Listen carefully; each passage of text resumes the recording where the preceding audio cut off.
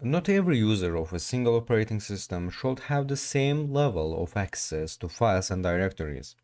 Like in a professional or enterprise level operating system, Linux has methods for securing file and directory access. This security systems allows the system administrator, the root user, or the file owner to protect their files from unwanted access or tampering by granting select user permissions to read, write, or execute files. For each file and directory, we can specify the permission status for the file's owner, for particular group of users, and for all other users. This is a necessity in a multi-user enterprise level operating system. The alternative will be quite chaotic. So in this lecture, I will show you how to check for and change permissions on files and directories for select users, how to set default file and directory permissions, and how to set special permissions. Finally, you will see how hackers' understanding of permissions might help them exploit a system. We have different types of users in Linux. As you know, in Linux, the root user is all powerful. The root user can do basically anything on the system. Other users on the system have more limited capabilities and permissions and almost never have the access that the root user has. These other users are usually collected into groups that generally share a similar function.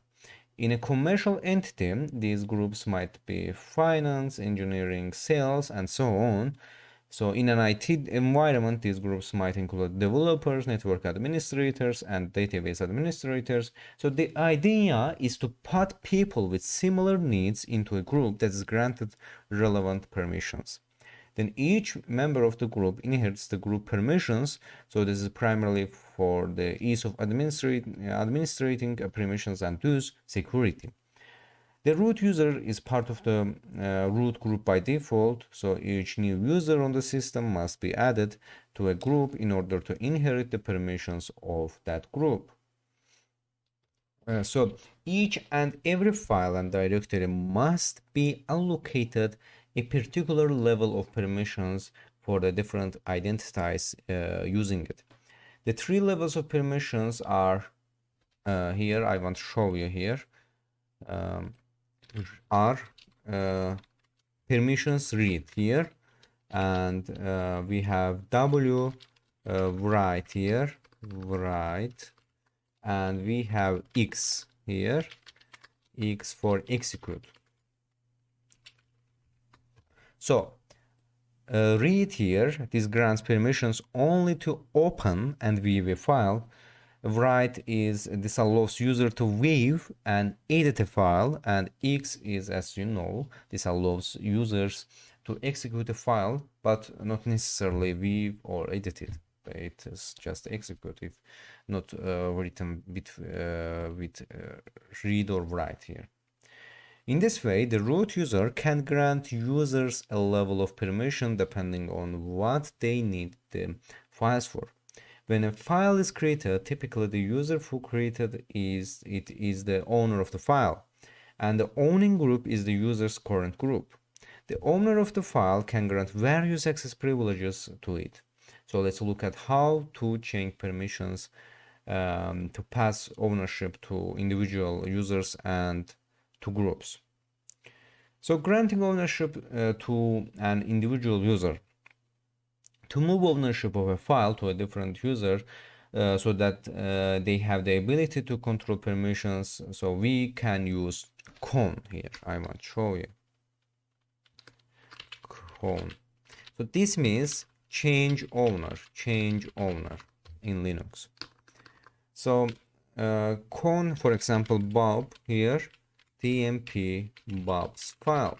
Here we give the command the name of the user we are giving ownership to, Bob here, and this command grants the user account for Bob ownership of Bob's file.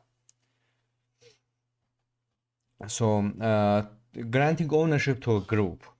So to transfer ownership of a file from one group to another, we can use the CRAP. I want to show you here.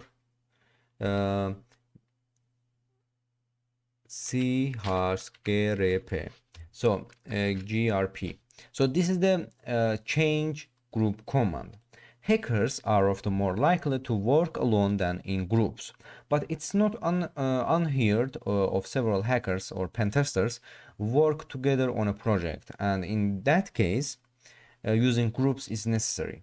So for instance, you might have a group of pen testers and a group of security team members working on the same project. The pen testers in this example are the root group, meaning they have all permissions and access. So the root group needs access to the hacking tools, whereas security folk only need access to defensive tools such as intrusion detection system IDEs. So let's say the root group downloads and installs a program named new IDEs. The root group will need to change the ownership to the security group so the security group can use it at will. To do so, the root group here will simply enter this command security new IDEs. This is just an example, so I will not execute this command. So this command passes the security group ownership of new IDEs. So now you need to know how to check whether these allocations have worked. So you will do by checking a file's permissions. So checking permissions. When you want to find out what permissions are granted to what users for a file or directory, use the ls command. ls command. Let me look at how many minutes we have. Yes. So use the ls command. Within the L here, this means long, switch to display the contents of the directory in a long format. So this list will contain the permissions here. So ls l command on the file user share hashcat, one of my favorite password cracking tools here in order to see what we can learn about the files. So this is the file type here, and this is the permission of file here, as you can see here. This is the number of links. So you will learn what is links. Link is in Linux. So this is the owner of the file, and this is the size of the file in bytes.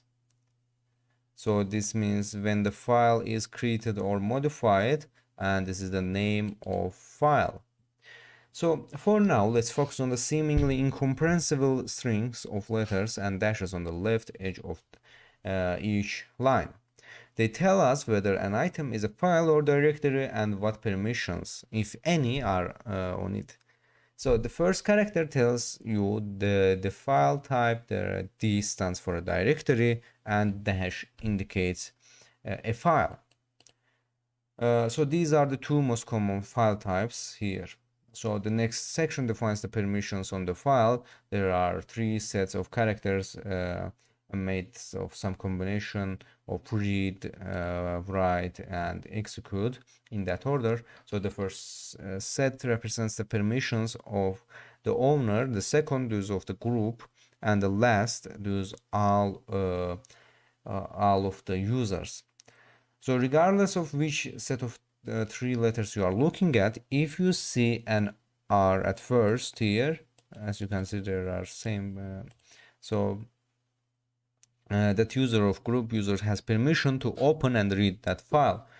As W is in the middle here, means that they can write to modify the file or directory, and the X is meaning if any X at the end means they can execute or run the file or directory.